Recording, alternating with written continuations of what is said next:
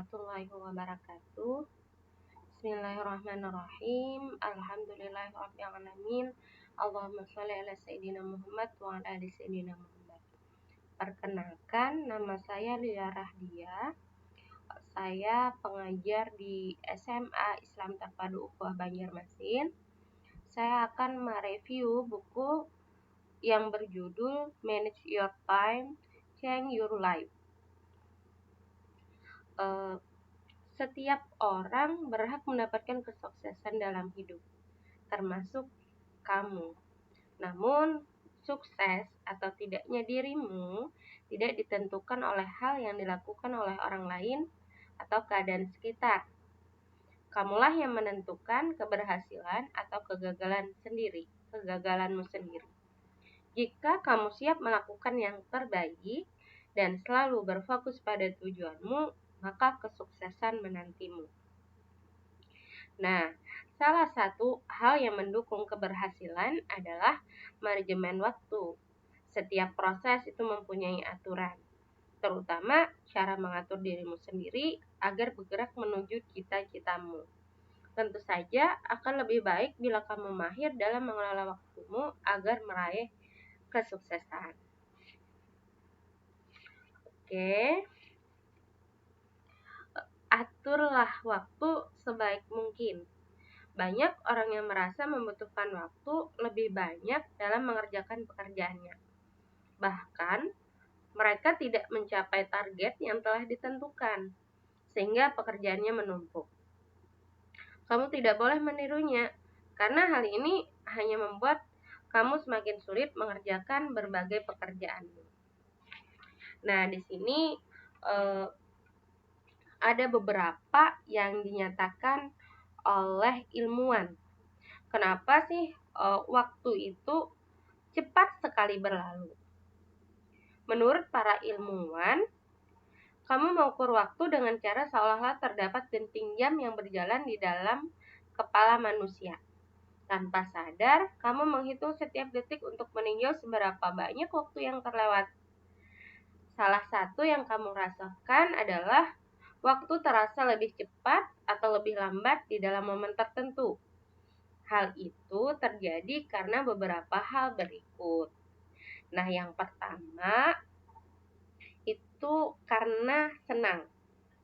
Pada saat merasa senang, kita fokus pada hal yang kita kerjakan, sehingga kita tidak menyadari seberapa banyak waktu yang terhitung oleh otak kita. Selesai dari pekerjaan, kita hanya memiliki sedikit waktu untuk dihitung. Hal itulah yang membuat kita merasa waktu berjalan begitu cepat. Karena saking senangnya nih, jadi merasa waktu itu kok cepat sekali ya berlalu. Yang kedua, karena bosan.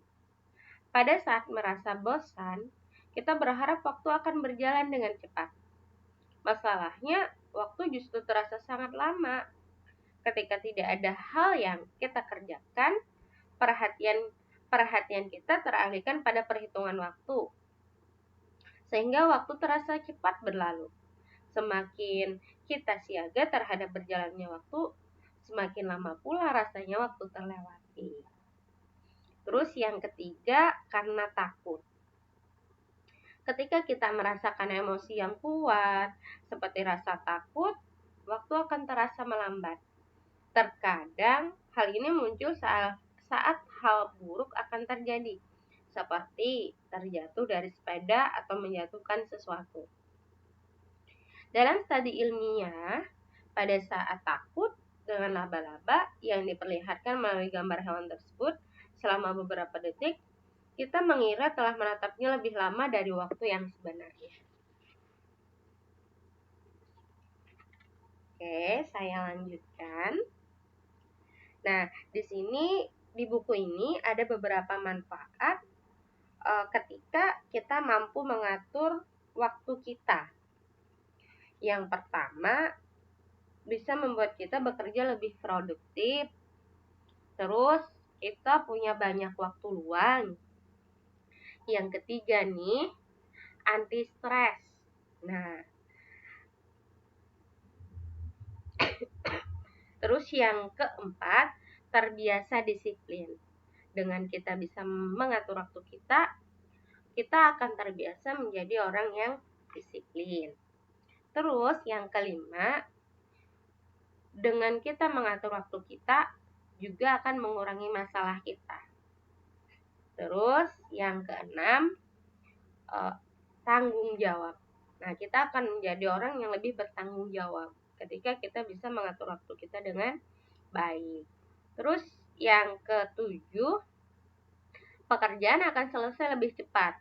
Nah, yang kedelapan, tujuan yang lebih besar. Terus yang kesembilan, dengan kita bisa mengatur waktu kita akan bisa bersikap profesional. Nah, terus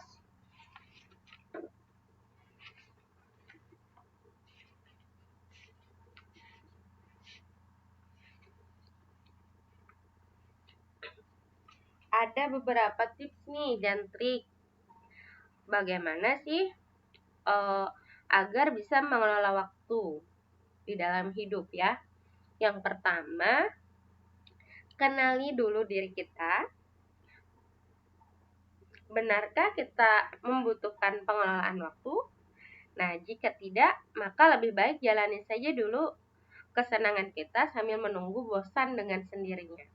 Jika sudah bosan, maka barulah kita pikirkan pengelolaan waktu sebagai solusinya. Terus yang kedua, jika ingin sukses, nah, maka gunakanlah efektivitas waktu agar kita bisa mencapai kemajuan dalam hidup. Terus yang ketiga, tidak usah terburu-buru. Biarkan kesibukan kita atau tekanan dari luar yang memaksa kita untuk sadar akan pentingnya pengelolaan waktu. Jika terburu-buru menginginkan perubahan signifikan dalam waktu singkat, maka kita akan segera bosan.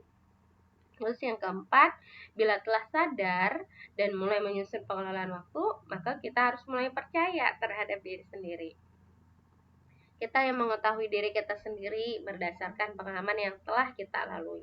Mana yang harus didahulukan, yang diprioritaskan, harus secepatnya dikerjakan dan dihilangkan sama sekali. Terus, nah ini ada beberapa kebiasaan orang sukses. Penulis Thomas Shelby melakukan penelitian tentang kebiasaan sehari-hari orang kaya dan miskin. Berdasarkan sebanyak 233 responden dari orang kaya dan 128 dari orang miskin. Pada akhirnya ia menemukan 6 kebiasaan orang sukses yang dilakukan setiap hari, yakni sebagai berikut. Nah, ini perlu nih kalau kita mau jadi orang sukses. Ini perlu kita catat dan kita ingat baik-baik. Yang pertama, bangun pada 3 jam sebelum jam kerja. Berdasarkan penelitian, sebanyak 44% orang sukses bangun pada 3 jam sebelum jam kerja dimulai. Tujuannya agar mereka memiliki cukup waktu untuk bersiap-siap dan menenangkan diri, sehingga dapat memulai kerja dengan kondisi tenang. Selain itu, dengan membangun lebih pagi, kesempatan yang bisa mereka dapatkan lebih banyak karena waktunya juga lebih banyak. Terus yang kedua, memiliki target harian. Orang sukses tidak memikirkan berapa lama harus bekerja hari ini atau waktunya liburan tiba. Setiap hari sebelum hari dimulai, orang sukses sudah banyak berpikir tentang cara membuat harinya produktif atau menyelesaikan semua pekerjaan yang menantinya hari ini. Semua hal yang harus dilakukannya hari ini sudah diatur dengan jelas pada hari sebelumnya. Jadi mereka tinggal menyesuaikan saja. Terus yang ketiga, tidak pernah berhenti belajar. Ciri-ciri orang sukses yang paling terlihat adalah keinginannya untuk selalu belajar. Hal yang dimaksud bukan belajar dalam bentuk sekolah, melainkan proses pembelajaran bisa dilakukan kapanpun, dimanapun, dan dari siapapun. Hal baru selalu tersedia di segala tempat. Itulah yang mendorong orang sukses untuk terus belajar. Yang keempat, menambah jaringan pertemanan. Nah, kebiasaan satu ini sering dianggap tidak penting dan hanya membuang waktu. Namun sebenarnya dengan menambah jaringan pertemanan, kesempatan untuk meraih sukses makin besar. Sebagian besar orang cenderung melakukan bisnis dengan orang yang dipercaya. Terus yang kelima, bergaya hidup sehat. Orang yang sukses akan pergi berolahraga setelah pulang kerja. Mereka akan pergi ke pusat kebugaran untuk berolahraga dan menambah jaringan pertemanan. Tidak hanya itu, gaya hidup sehatnya juga dilakukan dengan menjaga pola makan. Bahkan dalam hal ini saja mereka disiplin. Terus yang terakhir, lebih banyak membaca daripada nonton televisi.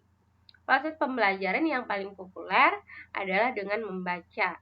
Sebab pada saat membaca, otak mengulang hal yang kamu baca sehingga informasi akan lebih mudah diingat. Tidak heran bahwa membaca menjadi salah satu cara untuk menambah wawasanmu. Sebenarnya dengan menonton televisi, kamu juga bisa mempelajari sesuatu. Namun, orang cenderung mencari tontonan yang berupa hiburan. Televisi pun sering menayangkan program yang tidak mendidik, sehingga menonton TV malah membuang waktumu. Nah, sekian dulu review buku yang berjudul Manage Your Time, Change Your Life. Semoga bermanfaat. Assalamualaikum warahmatullahi wabarakatuh.